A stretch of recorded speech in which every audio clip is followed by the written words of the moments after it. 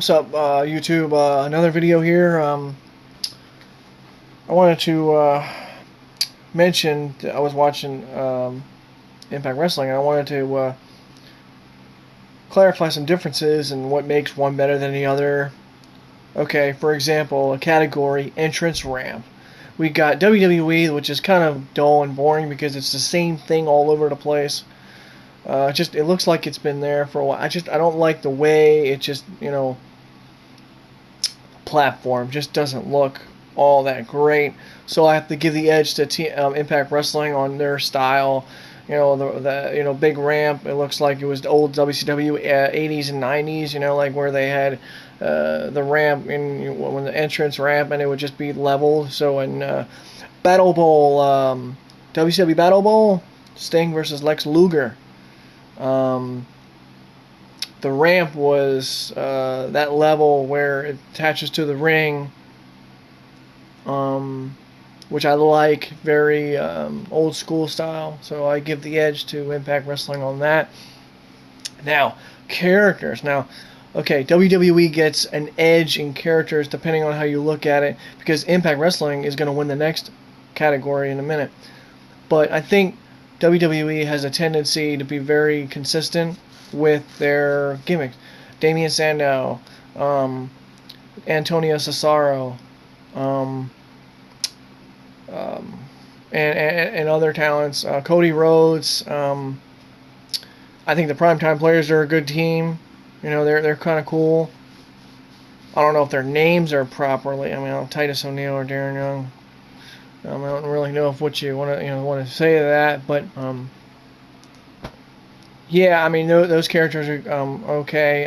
Fandango. Now think about that for a second. Fandango, Johnny Curtis, Fandango, brilliant. And I think at first I didn't like that character, but I'm actually growing on that character. It's very good. I think it's an interesting way of.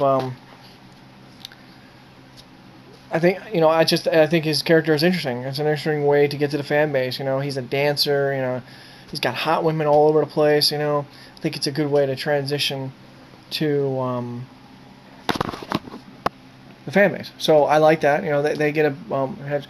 And then let's compare to TNA now. Impact Wrestling, they got Magnus, Samoa Joe, AJ Styles, Sting. Obviously Sting doesn't count because I'm biased for him. And you got other characters. You got Christian York. Again. Mr. Anderson, I think I give the edge a little bit to WWE with their names, gimmicks wise. Now let's compare old school style.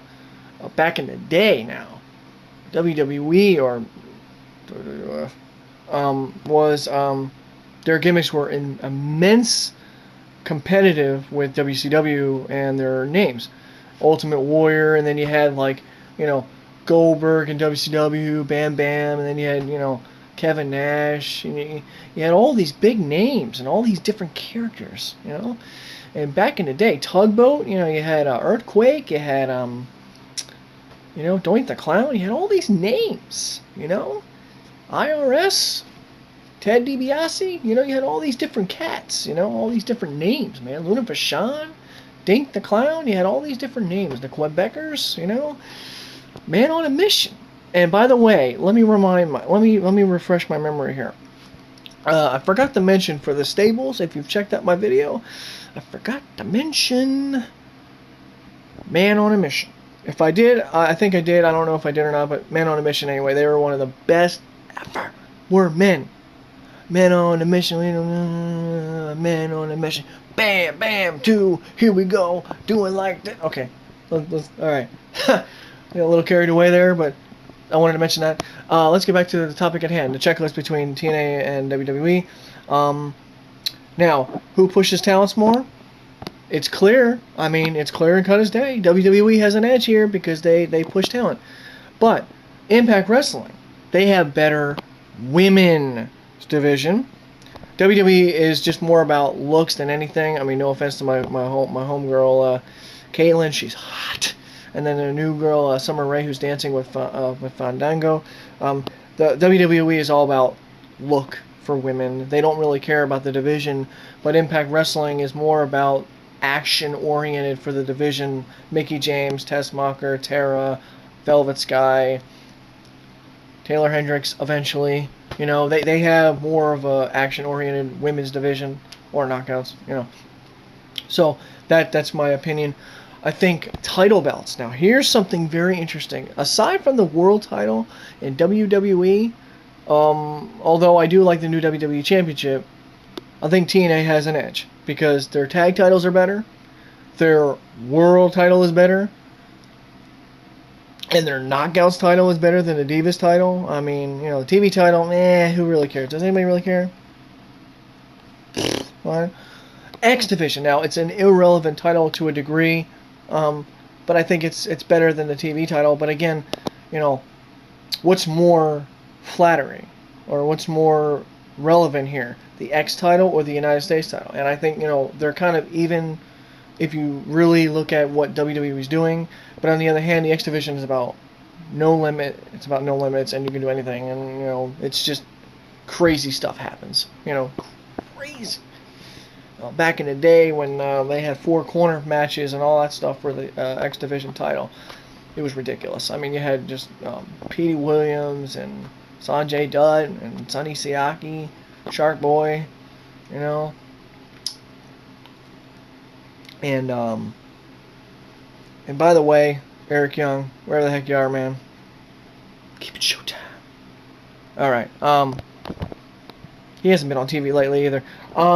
Let's see. The next category would be promoting. Now, again, or exposure. Promoting, advertising, and exposure. Now, again, here we go again. WWE gets another notch on the scale here because they have more resources.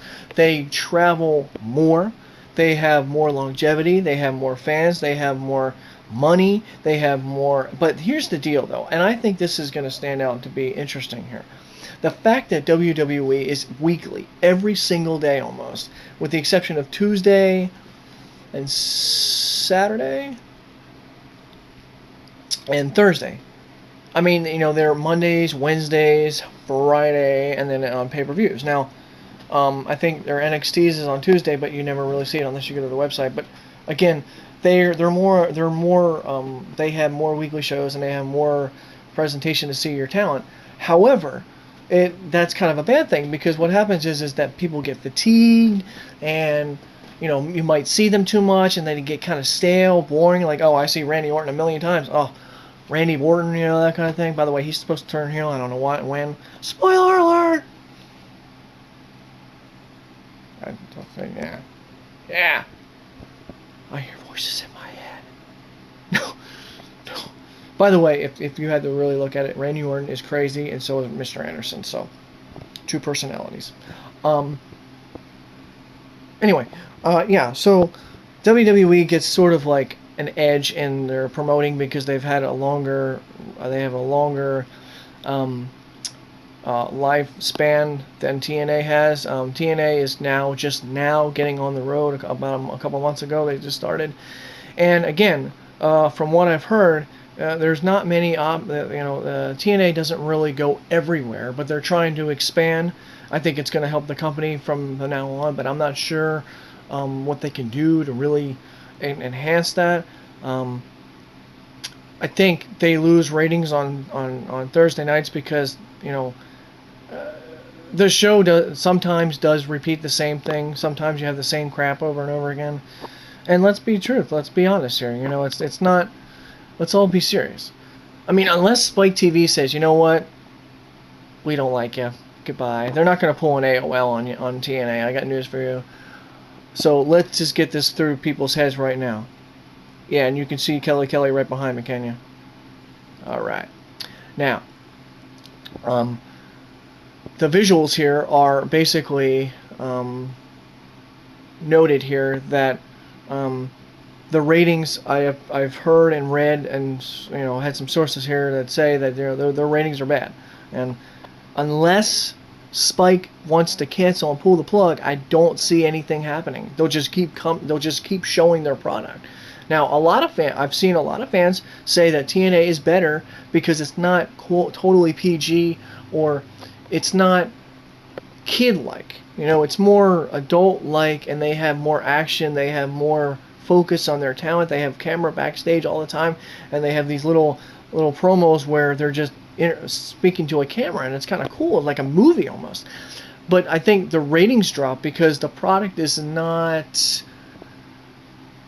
at a greater value to what WWE is. Although WWE has its moments where it's bad ratings too, but they're still here, you know. But again, unless Spike says I want to pull the plug, they're not going to do it. They're not going to do it. So for TNA anti-TNA fans, I got news for you. They're not going anywhere anytime soon unless Dixie sells or Panda Energy and the Jarretts want to sell, or Spike says you're fired. It's not going to happen anytime soon. So let's get that out of the way. Now, with that being said, I think another category. So I think the title belts go to the TNA roster, with the exception of the world title, which in fact, yeah, baby, world title. Yeah. Okay. All right. A little excitement there. All right, let's calm down. What are we missing here? Finishing moves.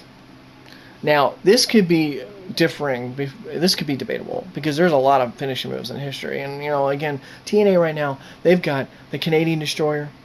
They've got the Scorpion Deathlock, although it's similar to the Sharpshooter, so you can't really compare. We've got, let's see, Impact. Notice I said we. They. Oh boy, somebody's being biased here. Okay. So you got Stone Cold Stunner from the past, and then you have Impact Wrestling, their past. They've got the Even Flow DDT, or Raven Effect, actually. But more currently, let's go to more currency.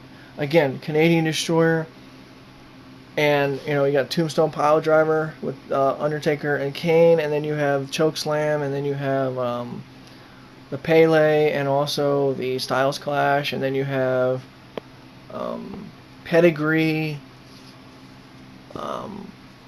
Now, I think there's a lot of moves that are better than the Attitude Adjustment, and I'm not saying that John Cena is not bad. I mean,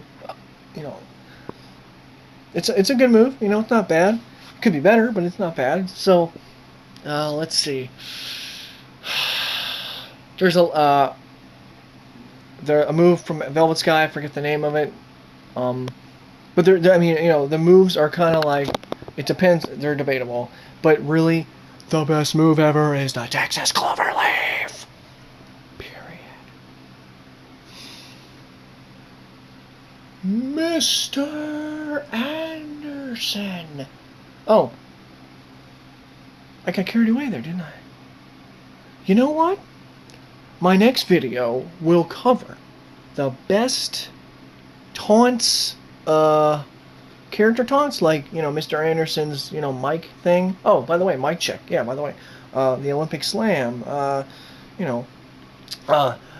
Black Hole Slam, stuff like that, But, yeah, I think my next video will cover taunts and, Viva la Laza, you know what I mean? I don't know how to speak that, whatever Eddie Guerrero said, Latino he,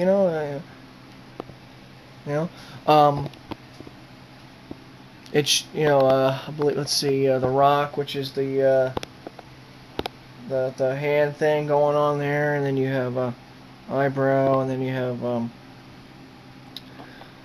the Rey Mysterio goes like this, and then also Sting goes like this, and then you have the strut with Ric Flair, stuff like that, Triple H, like that, Shawn Michaels, if I can show you, the Heartbreak Kid stance, I can do that pretty much, but I mean, all stuff like that.